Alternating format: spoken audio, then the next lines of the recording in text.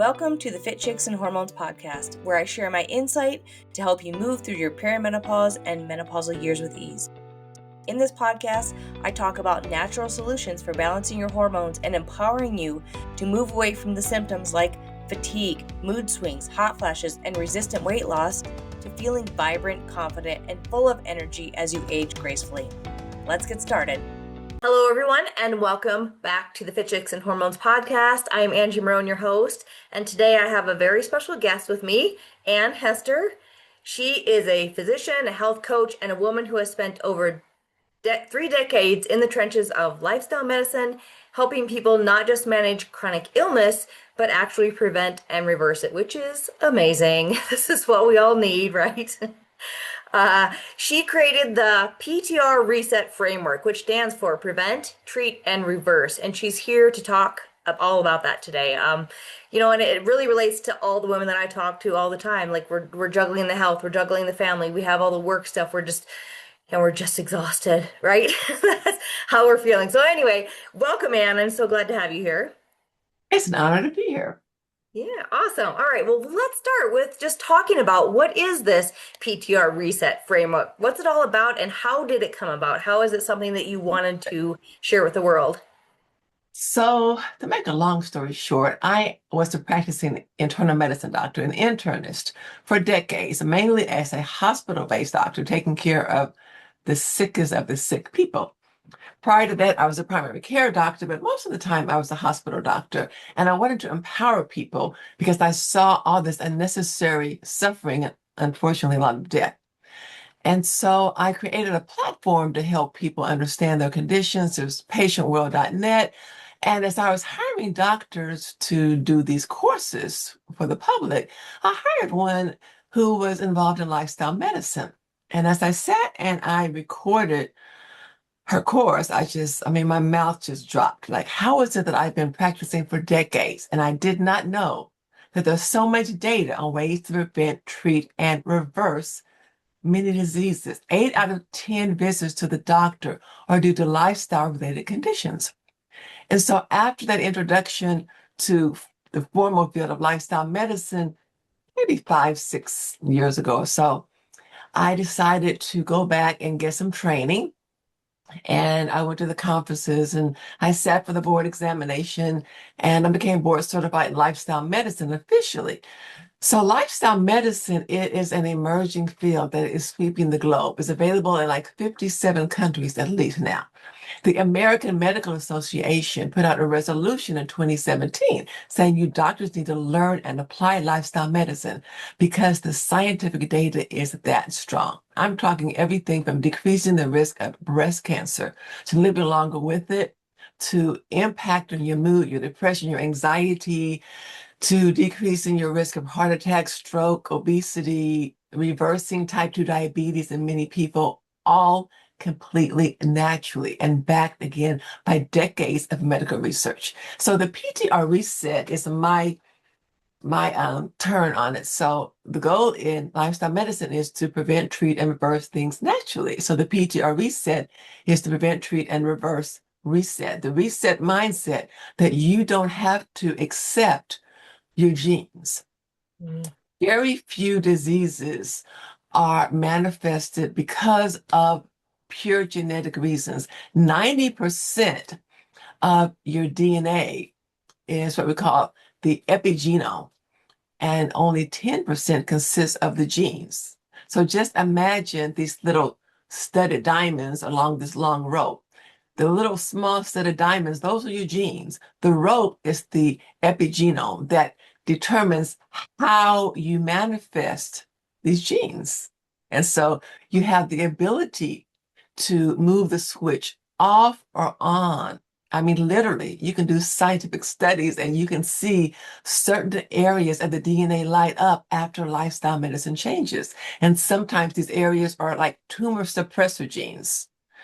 And so they decrease the risk of, the tumor and getting worse. So it's phenomenal.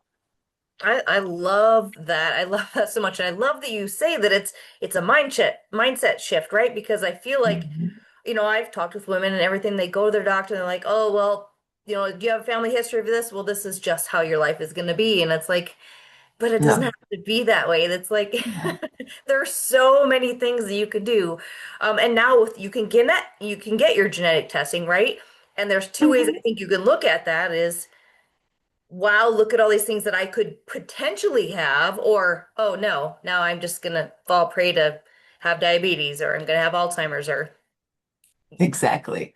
And yes. dementia is also one of those things that you can decrease the risk of with lifestyle medicine. Right. Yeah. And so when we talk about lifestyle, I assume you're talking about food, movement, sleep, stress, like all the things that we have control over, right? Mhm. Things that we can Yes. shift. And these are the So things I talk about all the time. And as women are going through midlife in their menopausal years, I find that sometimes it's hard fighting that battle of you could just do this instead of take a medicine. You could just do this instead of mhm. take a medication, right? Why do you feel that most women are just like they just succumb to what their doctor says? Oh, it's just my genetics. I'm just aging, versus like, oh, maybe I can try something else. Like, what do you think? Why do you think that is that women struggle with that? You can only do what you know to do. And since lifestyle medicine is just now really coming to fruition, and different universities are having these courses for doctors who don't want to go the full route to be board certified, but they want to learn about it. They didn't know.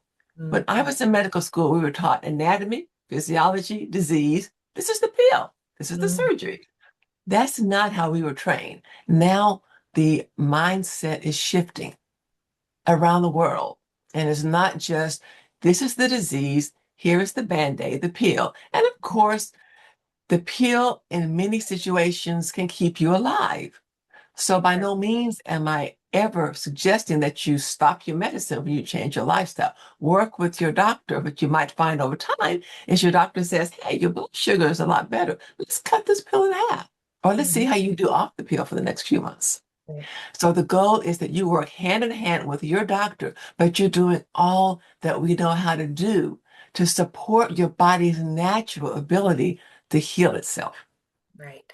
And I think like the education, like learning, as we learn more, and I think that like you said, it's getting so much more out there. People are learning, Yes. and which is amazing. But what do you Mhm. think is still because we can see all the things, right? But what do you think is holding them back from actually doing it? Like, do you think people are just like, well, it's too hard. I don't have the time, or it's like it's not going to help me. It's just that they're stuck, like, nothing else is going to work. Like, what do you think is holding them back from? All of the above and more. Number one, the stress in their lives is so much easier. You see this restaurant on the way home, fast food, hey, I've got to do this in a couple of hours. Let me do that. Sometimes it is, well, my mom had diabetes, dad had diabetes, her aunt had, I mean, just that mindset that no matter what I do, it's not going to matter. So why not live it up? I've had patients tell me, I'm going to die for something. From something, I may as well enjoy it. But then I've also had patients, I'll never forget one, William.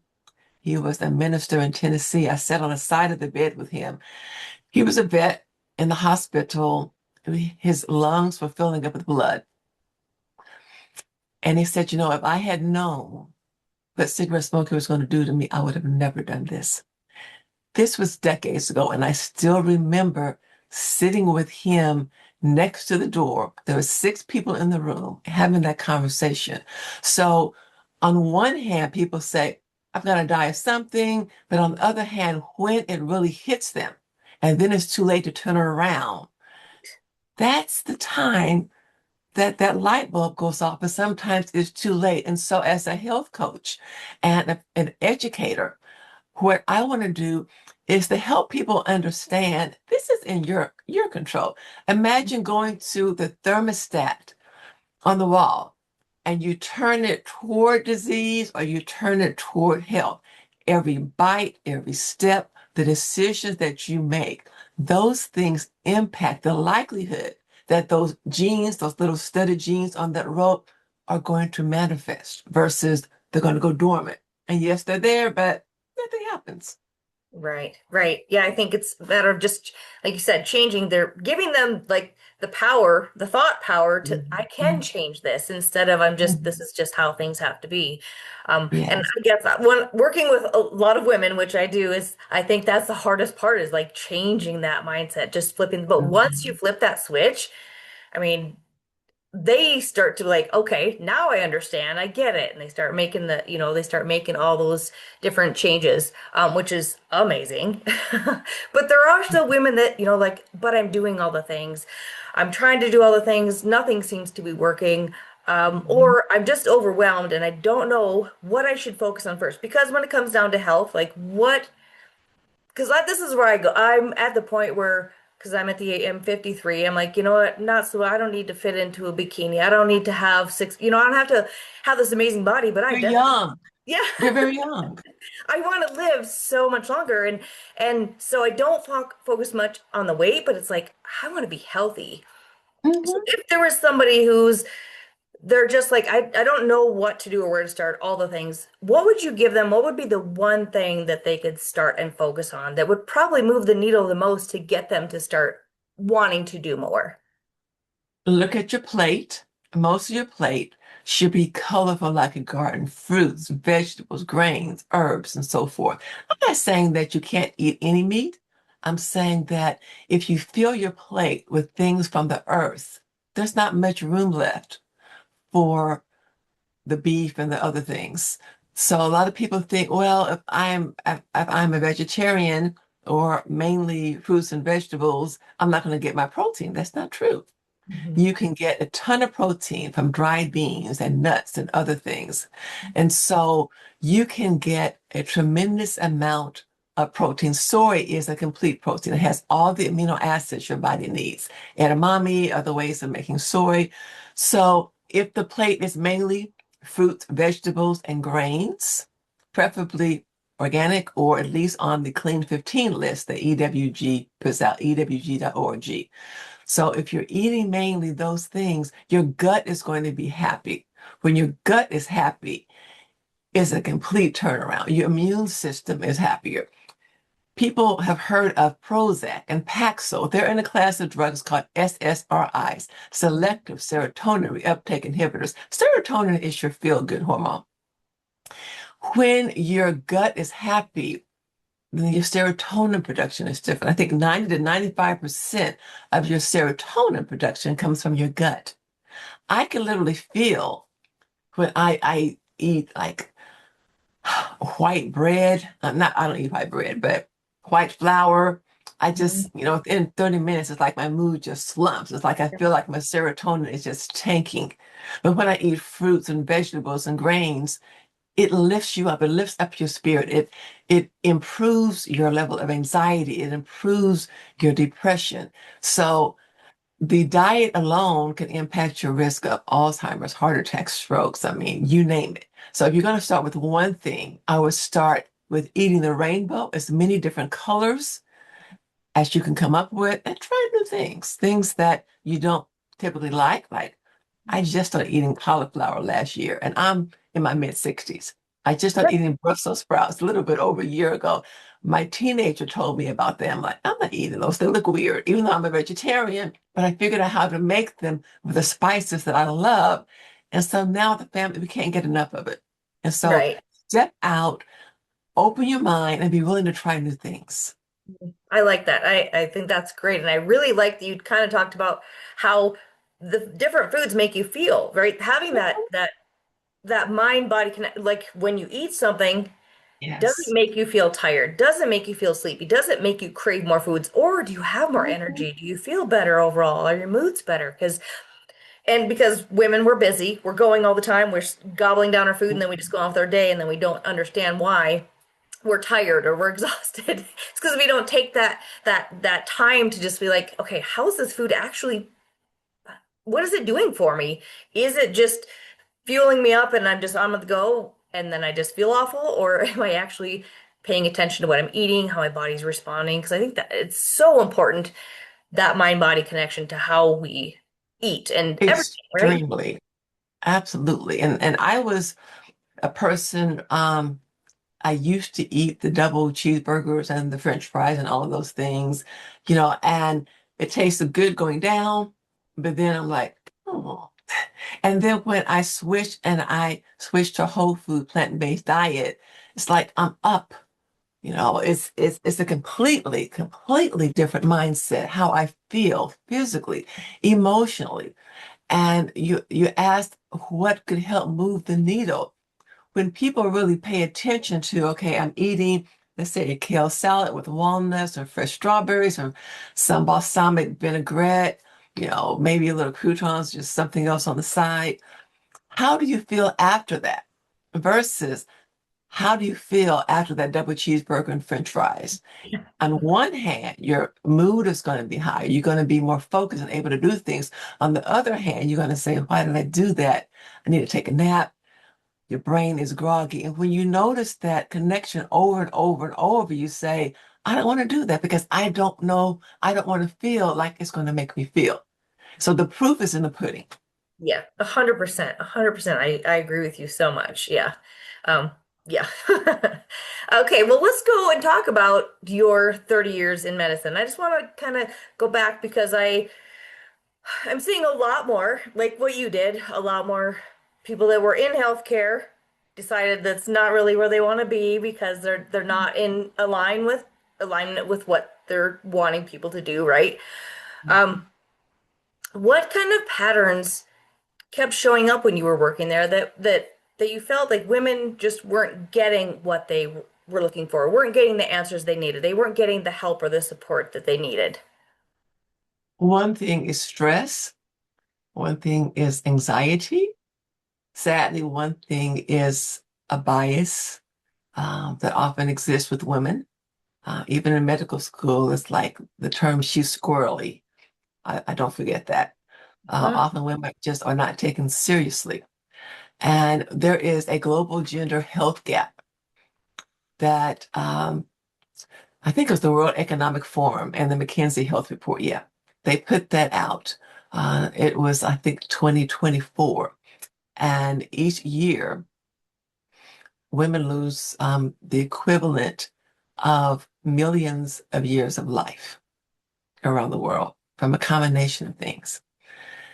And so we're talking dying early, suffering unnecessarily, not being able to go to work, not being able to enjoy family. So millions of years of quality life, whether it's a matter of just being too sick to work or actually not being here. And frequently, women are diagnosed with conditions later than men with those same conditions.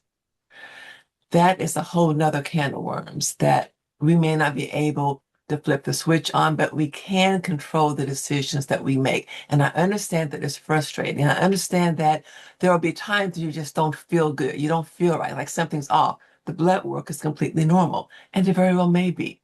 But then those pillars of lifestyle medicine that I want to go over in a minute, once you embrace those things, you are dealing with a mind, body, spirit connection.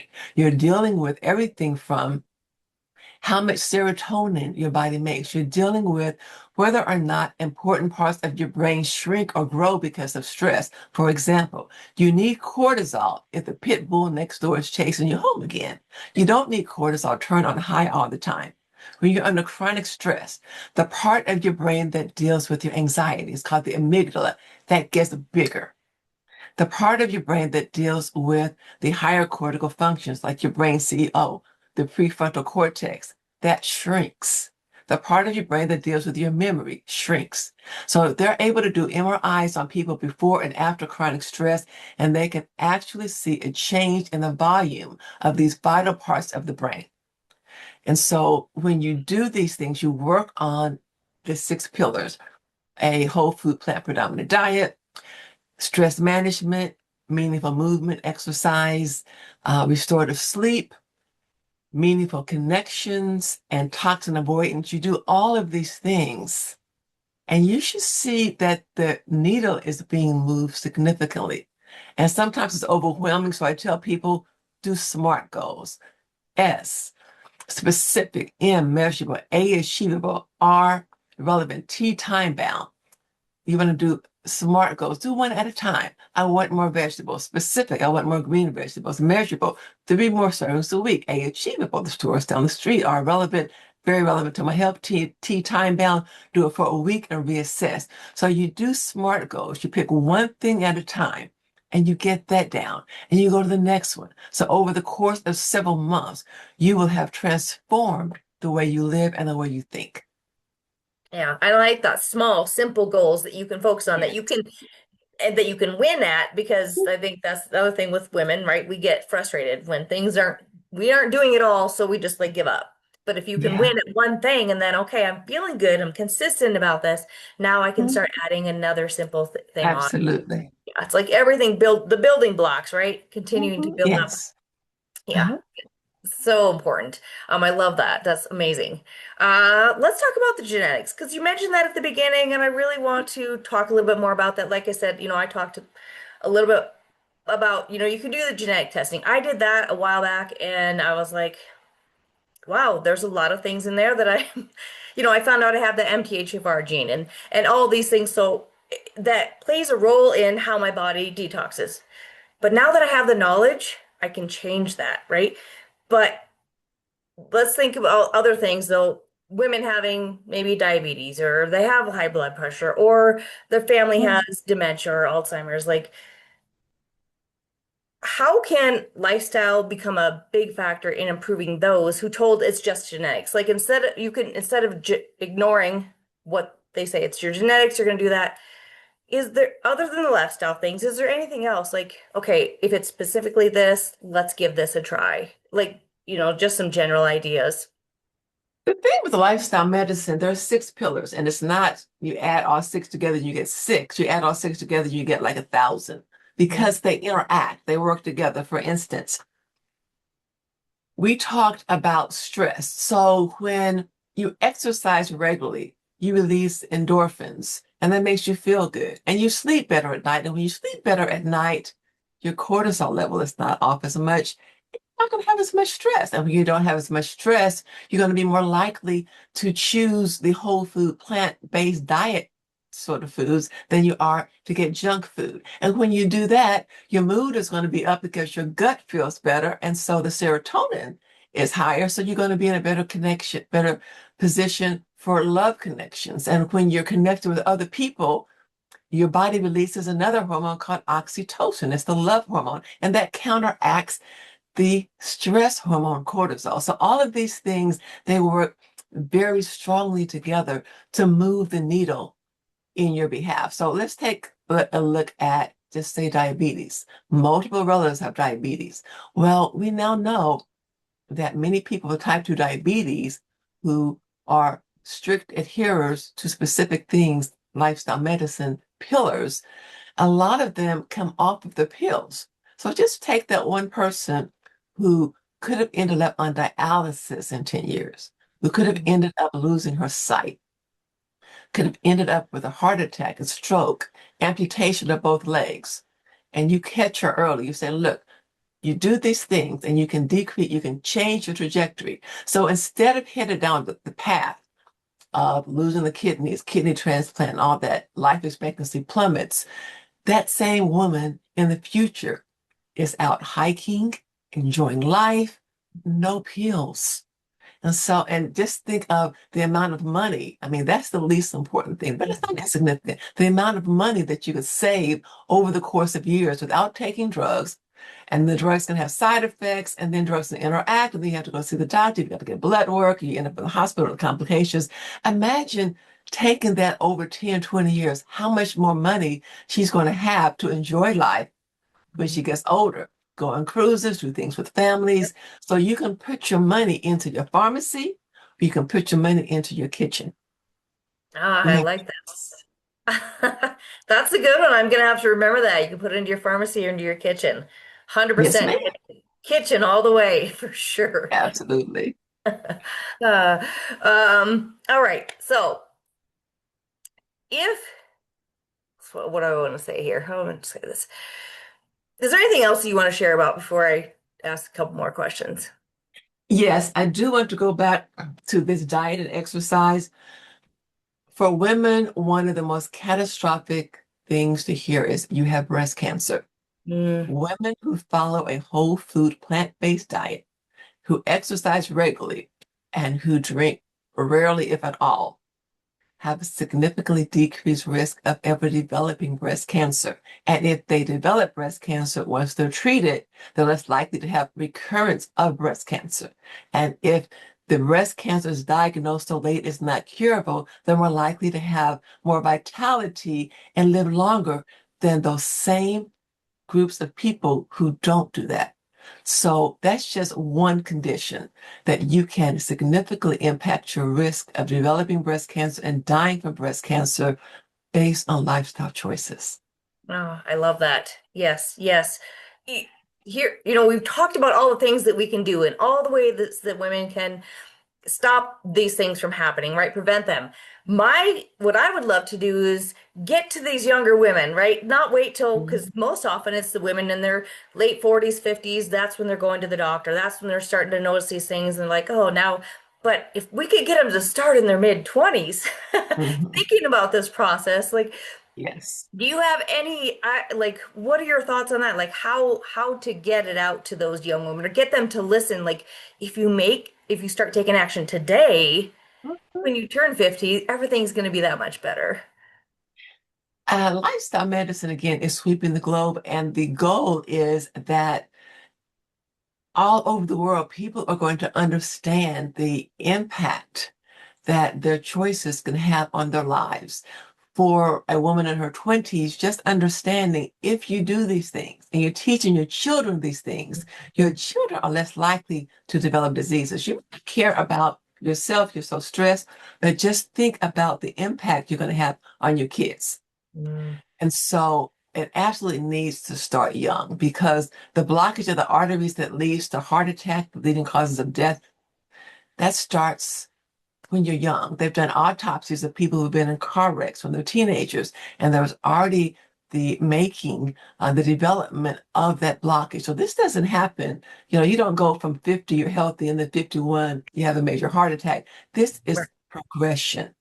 And so when we're in the mindset or of the mindset that, I don't want to spend a lot of money on medications or the doctor's visits.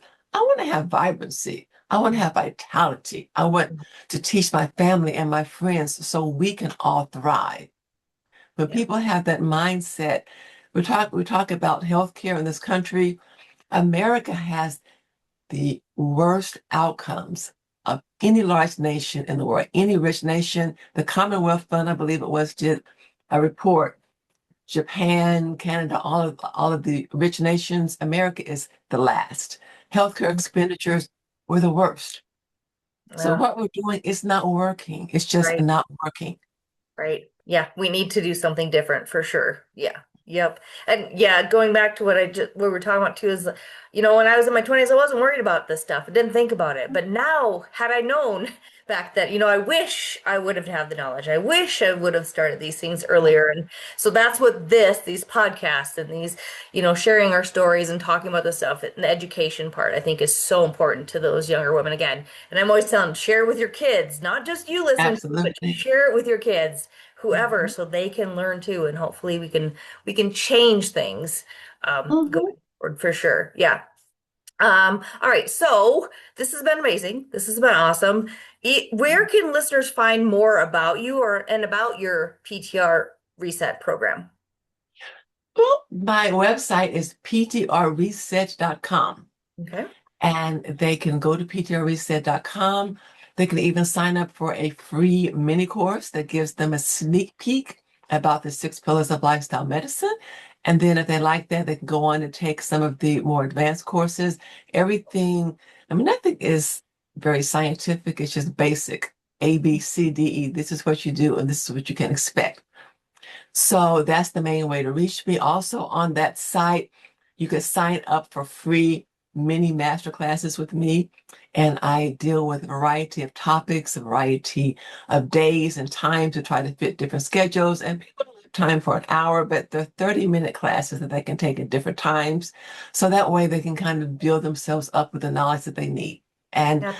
This isn't out yet, but next month, end of next month, I'm planning to launch multiple apps, health coaching apps that deal with that as well. So anybody who signs up for like the free course or anything, they'll be on the mailing list. So when those apps come out, I'll be emailing them information about how they could sign up if they want coaching apps. That sounds incredible. I love it. And I love all the education piece. Like we just talk about, the more people can get educated, the better. Mhm. And the app sounds, everybody's on their phone. So app is Absolutely. a Use it perfect for place. good. Yeah, right? Instead of just scrolling, let's learn something. Yeah, I love it. This has been so great. Thank you so much for your time. I appreciate it. Is there anything Thank else you. you want to share before we end, or? What I would share is that there are not enough doctors and nurses to turn this around.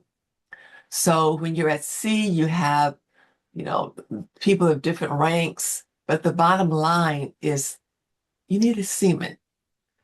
The doctors and nurses, they may be the admirals and so forth, but without the seamen working together, we're not going to move forward. And so people need to learn these concepts and they need to share them with the people that they love.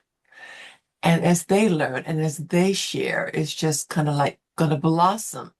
And so the mindset should not be, I'm a victim, I have no control, this is a quick fix, I feel better. It is, how can I set myself up for success? So 20 years from now, I am less likely to be in a hospital, to be in a nursing home, to be going bankrupt for medical bills. What can I do? Don't look at now. Look at the future. Look at your future and the future of those you love. And I like to tell people to find your vision and then act with precision. Ah, I love that. That was a perfect way to end this. That was Thank you. amazing. I love that. Thank you so much, and I appreciate your time. Thank you. Yours as well. It was an honor. I hope this episode today resonated with you, and if it did, I would love for you to share it on your stories and tag me on Instagram or Facebook. A review would be appreciated too. Your reviews and shares not only help us to grow, but they give other women who are struggling through their menopausal years hope that they don't have to continue living the way that they do. Your questions and experiences are also so helpful in giving me subjects to talk about. So feel free to reach out to me anytime on Facebook or Instagram with anything. I would love to help.